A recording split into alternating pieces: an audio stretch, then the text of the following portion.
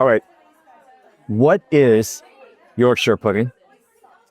Like a battered, like, I don't know what the American equivalent would be, but like just like a batter, basically. A batter? Like a baked batter. Of what?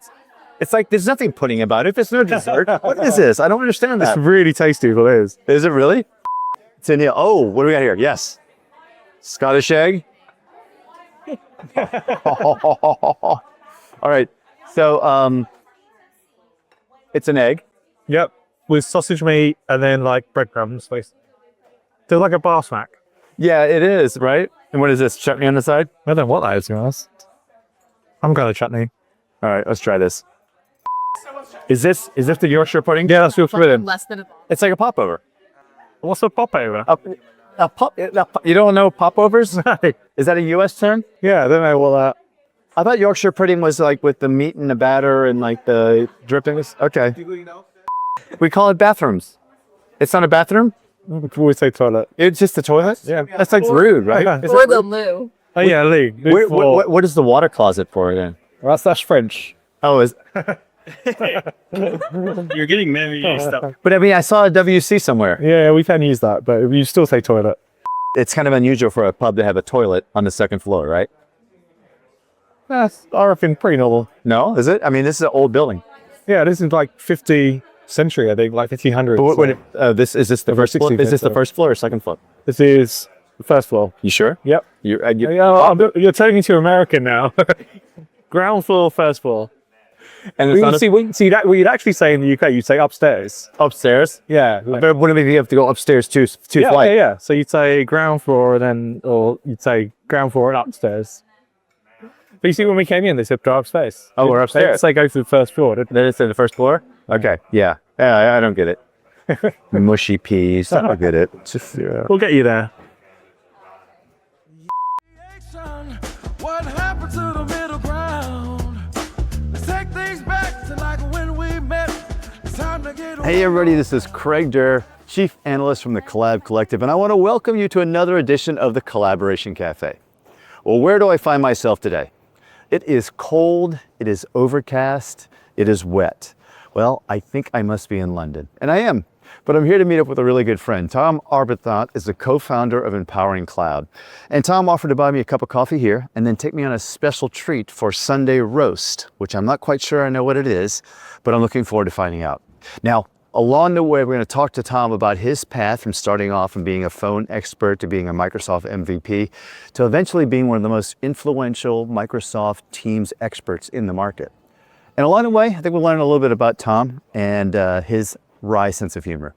So join me on this edition of the Collaboration Café.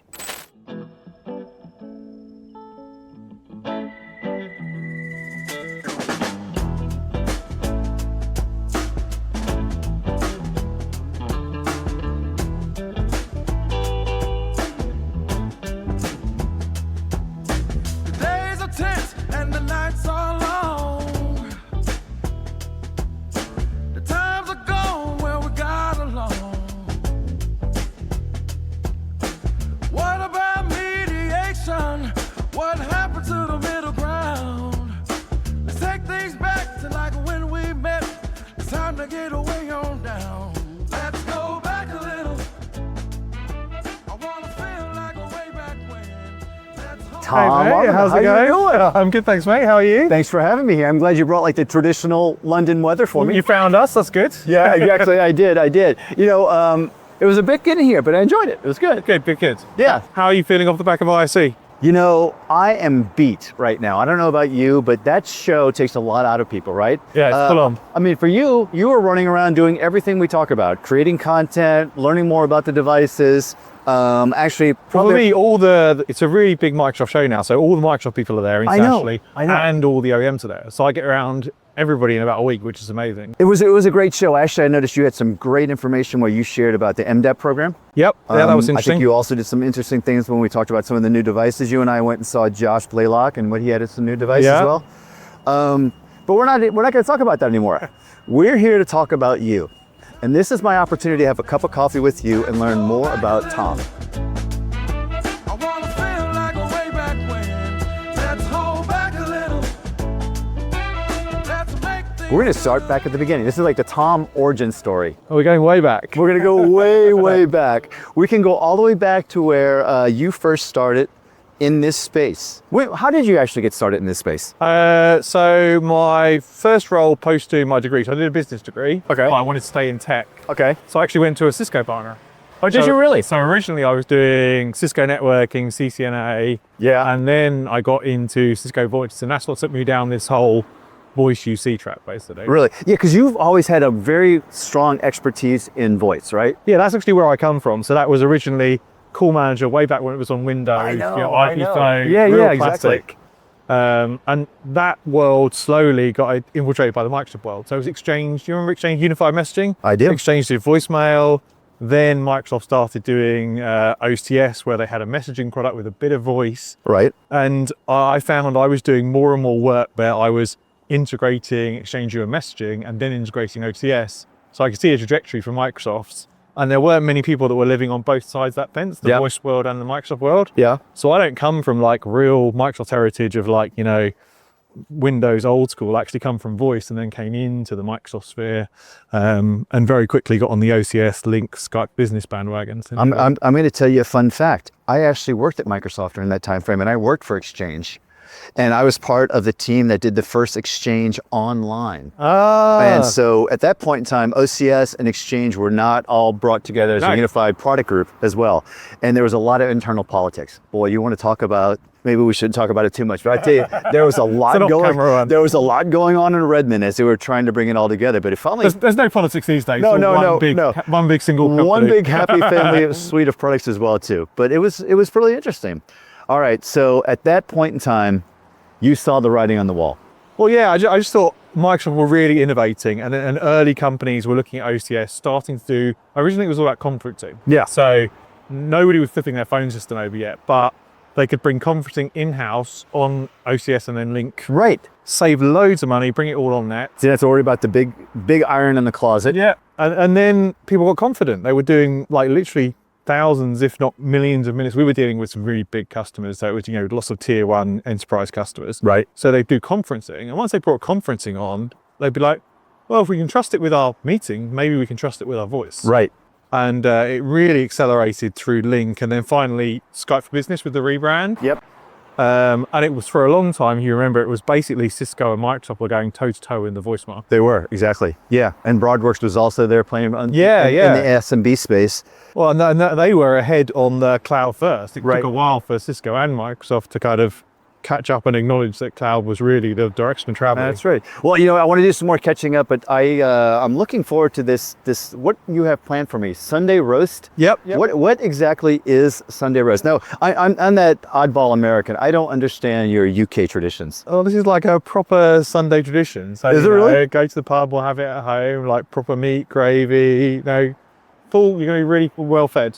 Hey, so this is like going to be like the family pub situation we're going to get? Yeah, All right. exactly. All right, so somewhere along the way, we're going to get a cup of coffee then? Yeah, too? the coffee, and we need to get a cab first, eh? All right, so let's work for that cab, and then we'll head out that way, okay? Awesome. Perfect. Let's Let's do do that. Let's take things back to like when we met. It's time to get away on down. Let's go back a little. I wanna feel like a way back when.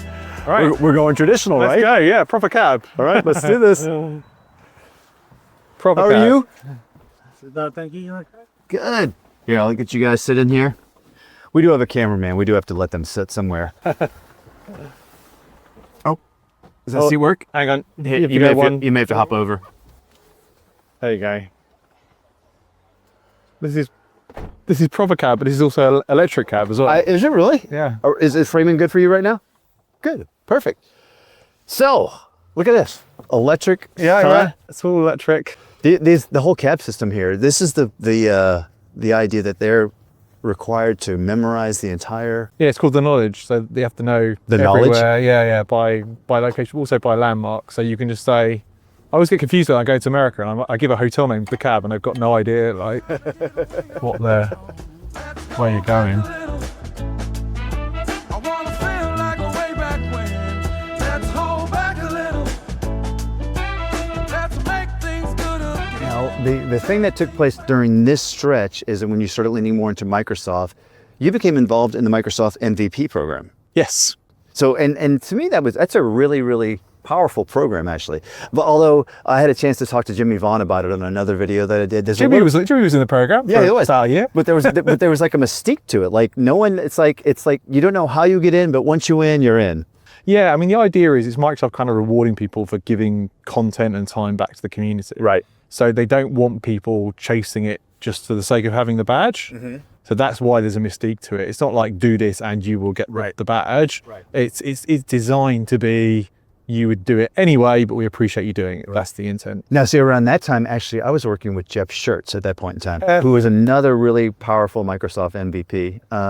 And he was telling me about you have to meet Tom. And this is like, you know, I think you guys were working both sides of the pond equally in terms of the content you guys were creating. Jeff's blog was legendary. He did an amazing blog post. He was really getting into some of the technical side on that IT administrator side as well. But you were also, tell me about your MVP experience. Like, where did you start? Were you leaning on phones? Were you already looking at the team site? Yeah, so my kind of interesting, because the Cisco world at the time didn't really have much community around it. It was all config files, and you kind of hoarded your knowledge, and we went up to CCIE, and it was very like not much sharing. And the Microsoft world was exactly the opposite. Oh, really? Everything was online. Everybody was sharing everything. Microsoft had a really busy kind of tech forum at the time, so lots of forum posts. Right. But it really took off when I started the Microsoft UC User Group London, which was, I think, was around 2011 time. So we're still going now. So I think one of the longest running user groups in our space. And this is what you started? Yeah, me and a couple of other MVPs at the time. Oh, nice.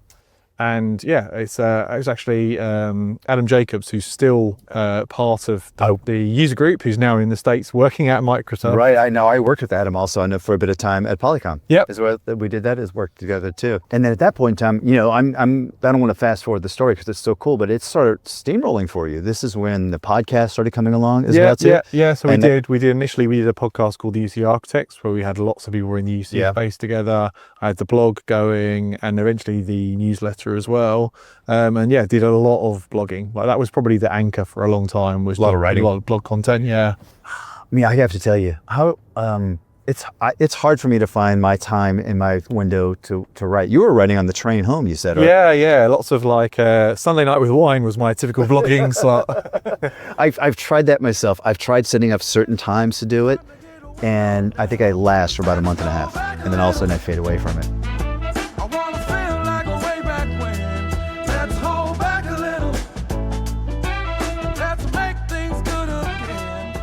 This is authentic, old school pub. I'm telling you, right?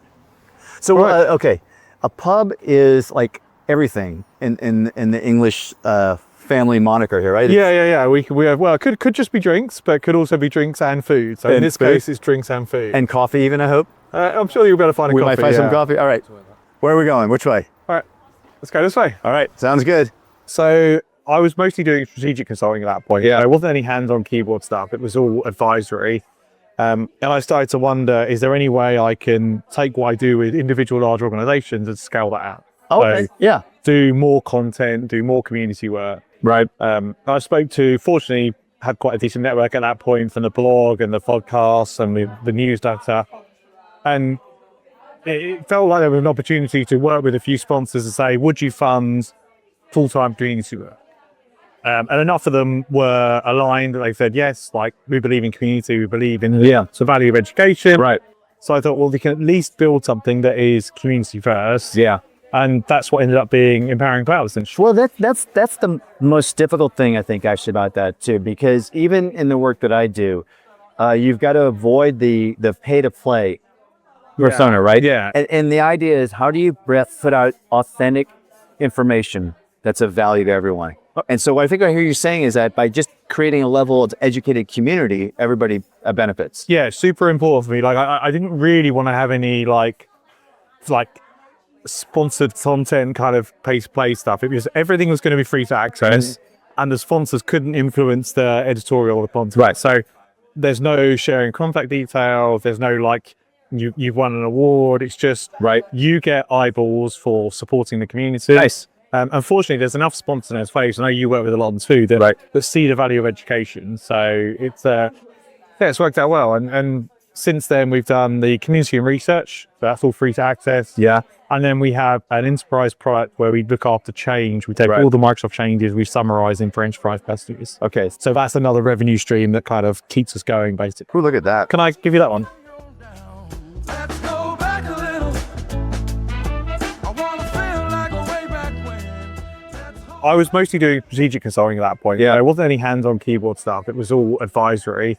And I started to wonder, is there any way I can take what I do with individual large organizations and scale that out? Oh, okay. So Yeah. do more content, do more community work. Right. I spoke to, fortunately, had quite a decent network at that point from the blog and the podcasts and the newsletter. And it felt like there was an opportunity to work with a few sponsors to say, would you fund full-time community work? And enough of them were aligned. They said, yes, like we believe in community, we believe in the value of education. Right. So I thought, well, we can at least build something that is community first. Yeah.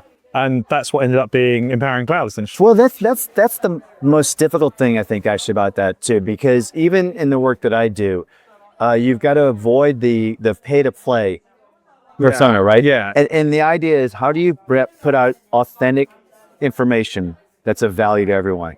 And so what I think I hear you saying is that by just creating a level of educated community, everybody benefits. Yeah, it's super important for me. Like, I didn't really want to have any like sponsored content kind of pay to play stuff. It was everything was going to be free to access, and the sponsors couldn't influence the editorial or the content. Right. So there's no sharing contact details. There's no like you won an award. It's just you get eyeballs for supporting the community. Nice. Unfortunately, there's enough sponsors in our space. I know you work with a lot of them too that see the value of education. So it's it's worked out well. And since then, we've done the community and research. So that's all free to access. Yeah. And then we have an enterprise product where we look after change. We take all the Microsoft changes, we summarize them for enterprise customers. Okay. So that's another revenue stream that kind of keeps us going, basically. So at this point in time, you and James, I'm going to go back a little bit, decided to break off. You had enough of that things. Yep. And Empowering.Cloud started at this point was 3 years ago.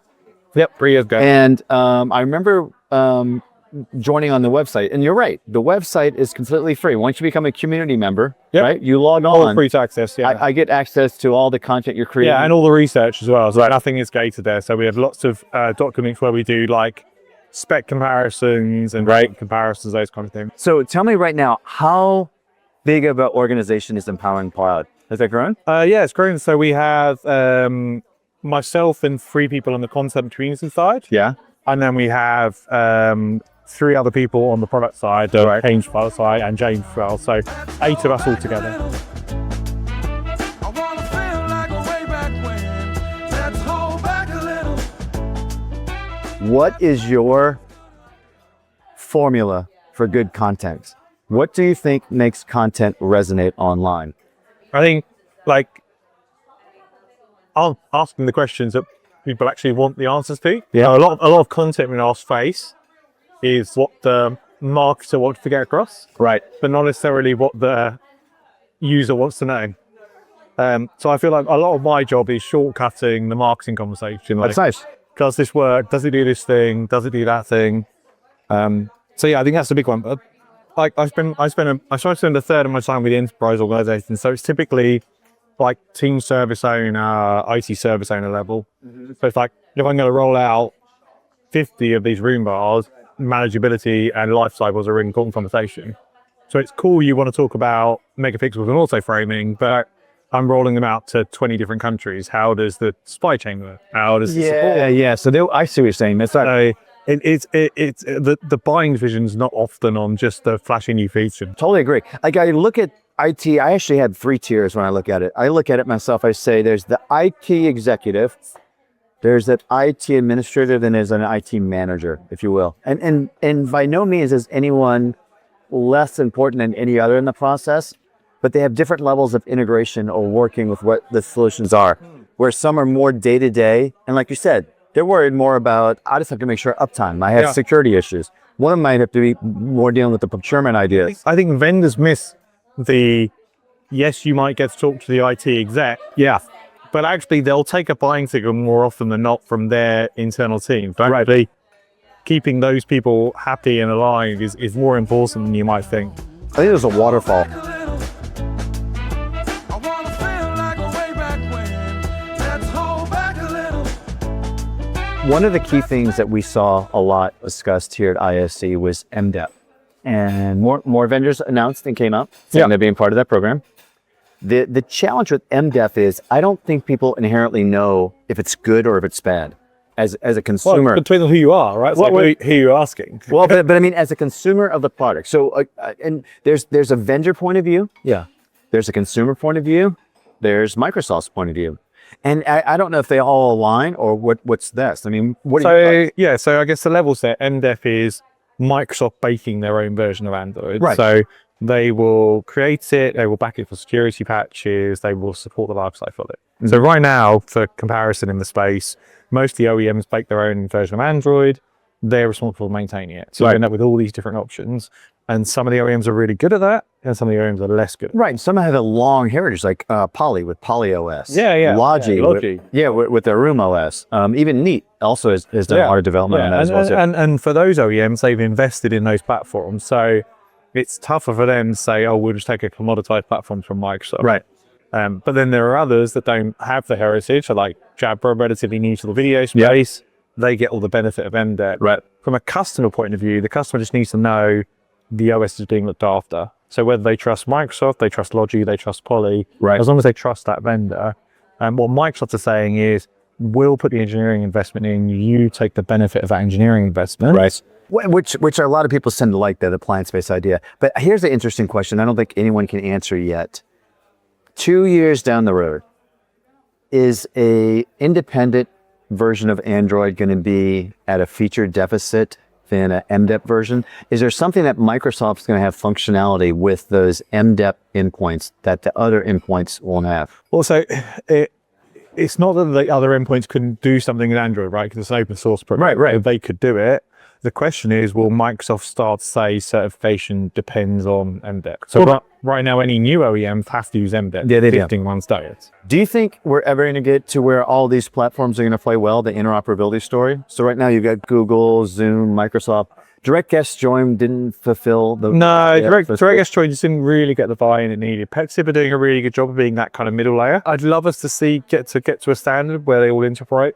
It doesn't seem to be any customer's P1 priority. Like they seem to be happy that their primary platform is most of their use cases and interop is occasional. I think it will naturally get a bit better over time, but I don't see WebEx, Zoom, or Microsoft making interop their P1. It's interesting. The next time you and I are going to see each other is going to be in Orlando in Enterprise Connect. And that's a panel that I'm leading there. It's discussing, trying to demystify the interoperability story between these platforms here. Interesting. That's a really, really good conversation. This is my research right now. I know over beers. I'm doing a panel on MDEP. So. Oh, are you really? Yeah. We'll see. There we go. We get to figure all that out together again. So the next opportunity we're going to see each other is Enterprise Connect. Yeah, we'll have to do another video. Yeah, we'll do another video there as well too. You keep saying this, well, I'm sure we'll find a coffee. Maybe we can get you a coffee stout. That's what we'll do, right? Coffee martini at the end.